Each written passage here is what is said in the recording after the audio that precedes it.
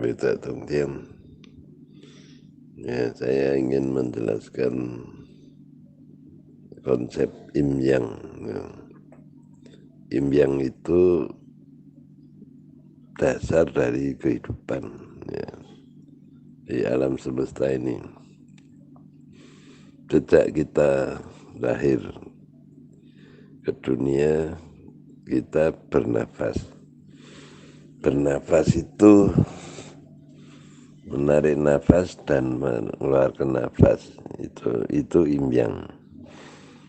Jadi Im-Yang itu sudah jalan di dalam kehidupan kita sejak awal.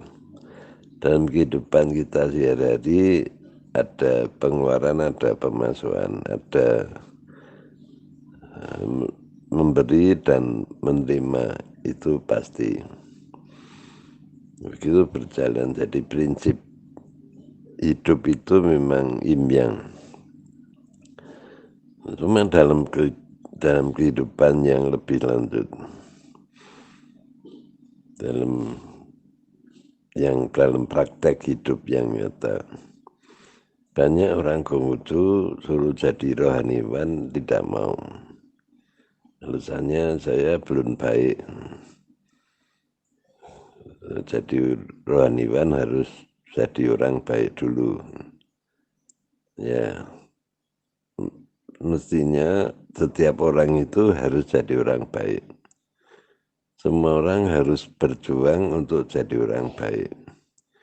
Nah, ukuran baik itu memang tidak sama, ya, tapi berjuang untuk jadi orang baik itu harus. Orang jadi rohaniwan itu tidak harus baik dulu.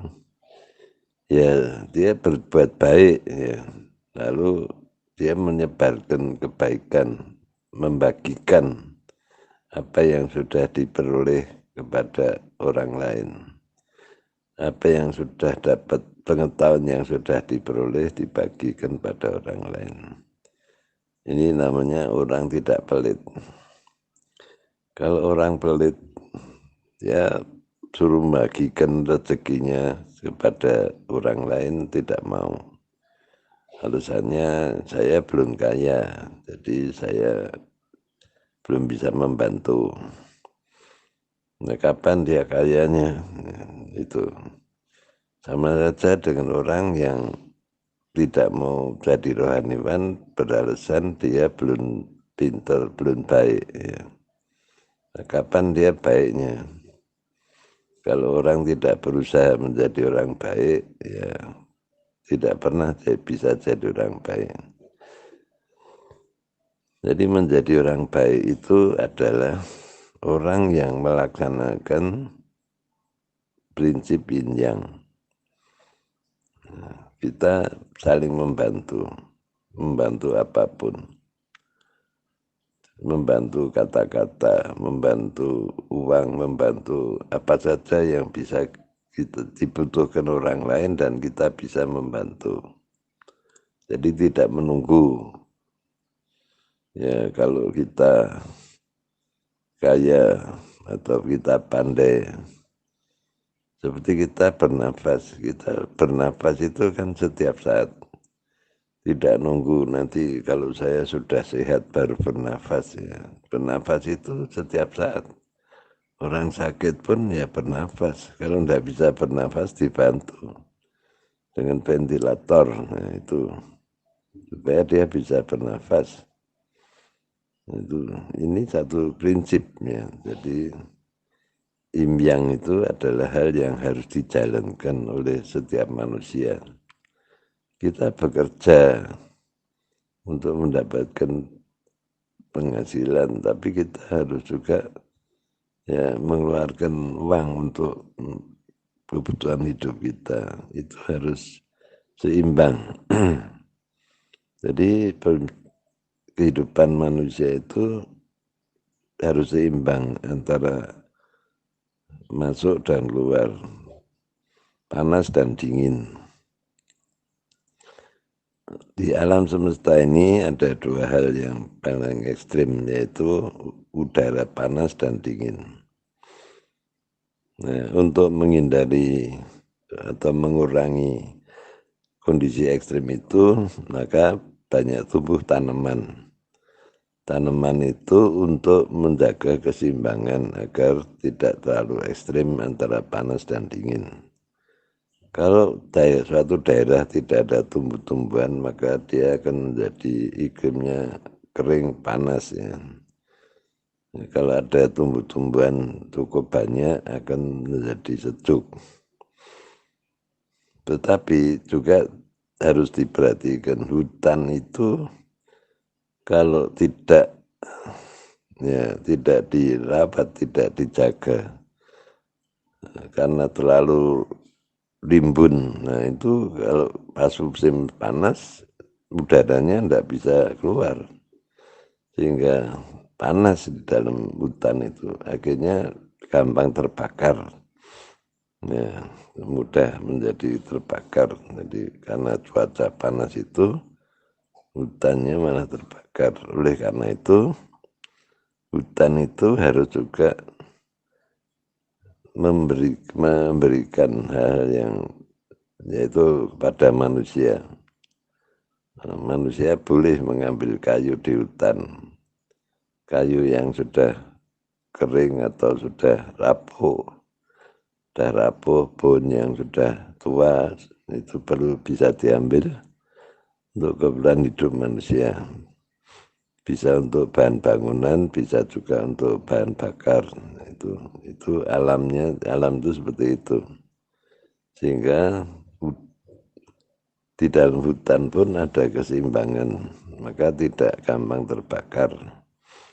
Tapi kalau hutan itu dibabat habis ya, lalu kayunya dijual, itu karena keserakan manusia, maka rusak hutan itu. Akhirnya alamnya jadi rusak, panas ya, banjir, bencana banyak, ya, kekeringan dan sebagainya. Itu karena keseimbangan itu rusak. Jadi keseimbangan imbyang itu prinsip yang harus diperhatikan dalam kehidupan kita setiap hari, setiap saat. Orang boleh berolahraga, wajib, tapi tidak boleh berlebihan. Orang wajib makan, makan juga tidak boleh berlebihan, harus ada ukuran. Orang boleh ya santai, ya, tapi tidak santai terus, ya, harus ada keseimbangan, ada aktivitas, ya, ada santai, ada tidur juga ada waktu yang tertentu, tidak tidur terus, ya, sehingga perlu ada keseimbangan dalam sikap kita, dalam pikiran kita, itu terutama itu harus paham itu keseimbangan. Bagaimana pikiran kita, berpikir kita itu harus seimbang. Sehingga emosi kita juga seimbang. Orang terlalu keras, ya, jadi pemikirannya terlalu keras, ekstrim.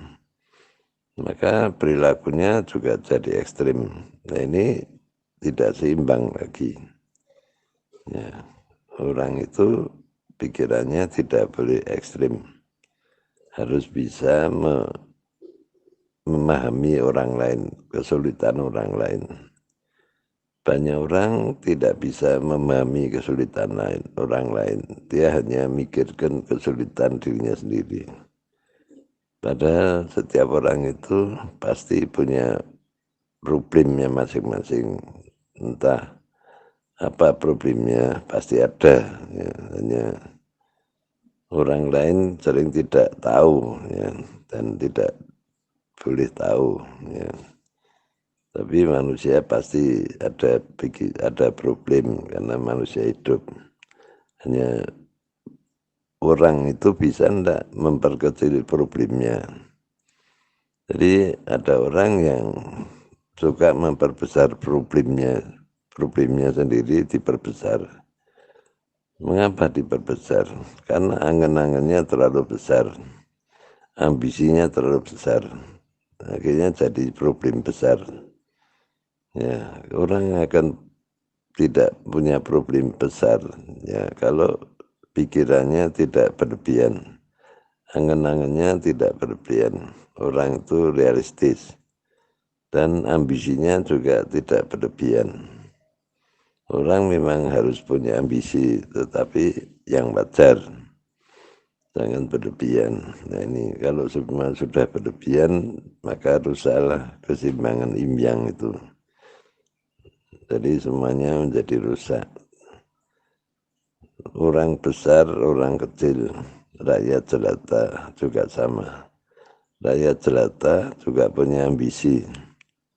Cuma harus dikendalikan ambisi itu tidak berlebihan. Kalau rakyat jelata, rakyat kalangan bawah, ambisinya berlebihan, bisa jadi penjahat. Ya. Nah, penjahat itu karena apa?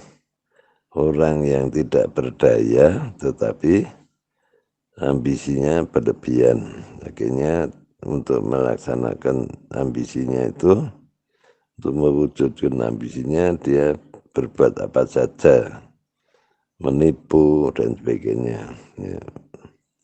Ini yang kita lihat dalam kehidupan sehari-hari. Dengan itu kita harus menjaga maksud keseimbangan imbang itu. Dan kita jaga setiap saat, setiap hari. Keseimbangan pikiran, keseimbangan fisik, ya, keseimbangan kehidupan kita, keseimbangan sosial, ya, keseimbangan batin itu semua harus diperhatikan. Begitu apa yang perlu kita perhatikan, jangan sampai kita menjadi orang yang pelit tadi. Ya. Untuk jadi rohaniwan harus baik dulu. Ya, kita harus jadi orang baik setiap saat. Dan untuk membagikan kebaikan tidak harus jadi rohaniwan. Setiap saat, setiap orang bisa memberikan hal yang baik yang dia miliki.